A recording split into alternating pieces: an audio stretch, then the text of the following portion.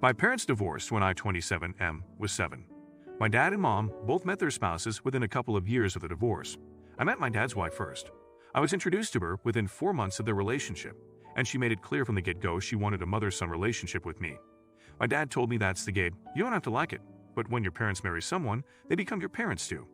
They mentioned when they married 18 months later that calling her mom would be the right thing to do, and she told me repeatedly how it hurt her feelings that I didn't want to, and then she insisted that I call her ma'am if I wouldn't call her a mom name.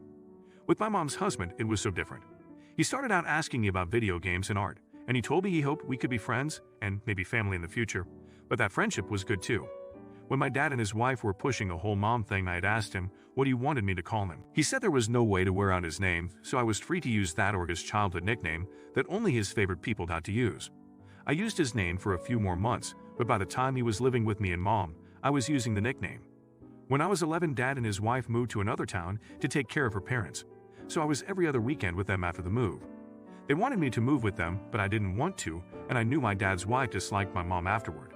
She used to tell my dad and her friends when I was with them that mom was selfish for hogging me and preventing me from seeing her as my mom.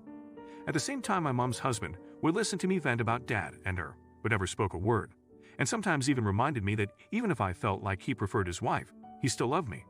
My dad and his wife had 3 daughters together. Mom and her husband have 5 kids. I think dad's wife only having girls deprived her of the son she always wanted, and it made her want me to be her son even more. But today I really don't care for her, and if dad were dead or they were divorced, she would get no invite to my wedding at all. While my mom's husband is one of my favorite people, my dad's wife has been all up my butt about what she'll be doing at the wedding and how she should be treated the same as my mom. She's just as much my parents, etc. I said she wasn't, and she was not going to be a parent of the groom. That she's dad's +1, just like mom's husband is her +1. She said it wasn't fair to compare him, and she's my second mom. I told her I would rather give him the title of parent of the groom than her, and she needed to accept she would never be a mother of the groom. She cursed a whole lot at me and told me I was an ungrateful little brat. Your stepfather sounds like a wonderful man, while stepmother has serious mental issues to treat you like that. It's all about her and nothing about you. Good for you for standing up for what you want and need. Too bad your dad can't do the same.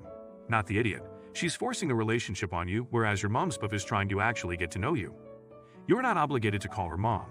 She needs to back off a bit and maybe get to know you so the relationship is more genuine. Your dad is off for also trying to force you to accept his wife. I mean, he got with her after 4 months. Story Hub. My husband is one of 3 siblings, and they usually rotate who hosts Christmas. It's usually the same people who go every year, give or take a few. It is my husband and I with our 2 kids, his sister and husband with their 3 kids, his younger brother and his daughter, his mom and dad, grandma, usually an aunt and uncle, and maybe a cousin or 2. Not to mention his brother-in-law's parents, and maybe a sibling come too. I really don't want to sound like I'm this type of person because I don't judge anybody on their house size or their wealth. But the issue is that his sister's house is so fucking tiny it's uncomfortable for everyone there. It actually isn't even an individual house, but it is half of a duplex type. There will be about 20 people coming this year, and I just think it's ridiculous for her to insist on hosting. They also have a large Great Dane that is on top of everyone. Well, actually, everyone is on top of everyone. I shit you not that half of the guests have to sit on the living room floor to eat. Usually, the older relatives sit at the 4-person dining table, a few people sit on the couch, and the rest of us are standing or sitting on the floor with our plates of food. Oh, and the last big kicker is that there is only one bathroom that constantly smells like shit. My kids always complain about going to this aunt's house because of the reasons I listed. I am siding with them, and I said I would talk to Dad about us volunteering to host. We don't live in a mansion, but we can comfortably fit all the guests, and we have more than one bathroom. Husband doesn't want to because he says it will hurt his sister's feelings, and she already knows how poor they are, and this would be rubbing it in her face. I don't think that should be the case. I think she should want the family to be comfortable. I'm sure she must know we don't love sitting on the floor in that cramped house. I'm not sure if I sound like a spoiled bitch asshole right now or if I'm right. My TA. Instead of dismissing your SIL as being inadequate to host, why don't you offer to bring over a folding table and some chairs? You can help to make her house more comfortable. Now really, have you considered letting your SIL host the event at your house?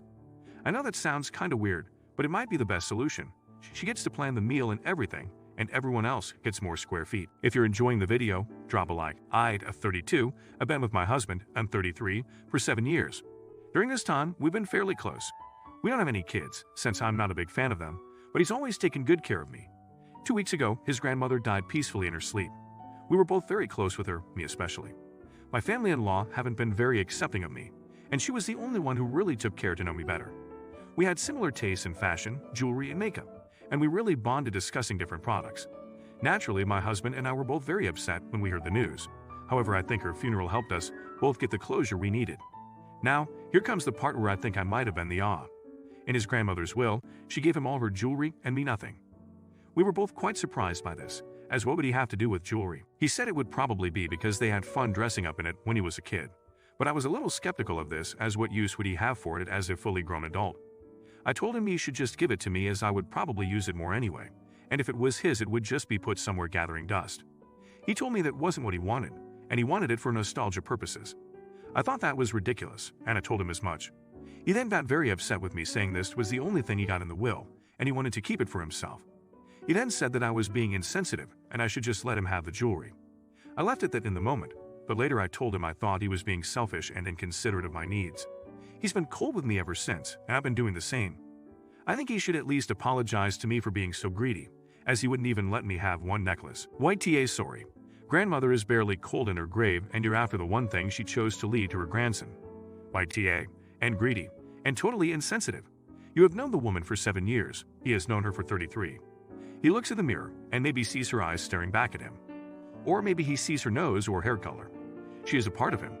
He has 26 years of memories of her that do not include you. But you are more concerned about getting your hands on her jewelry. Back off, and maybe if you are apologetic, he will let you go or owe a piece. But these are his possessions, not yours, and he should not give you a single piece. Story Hub.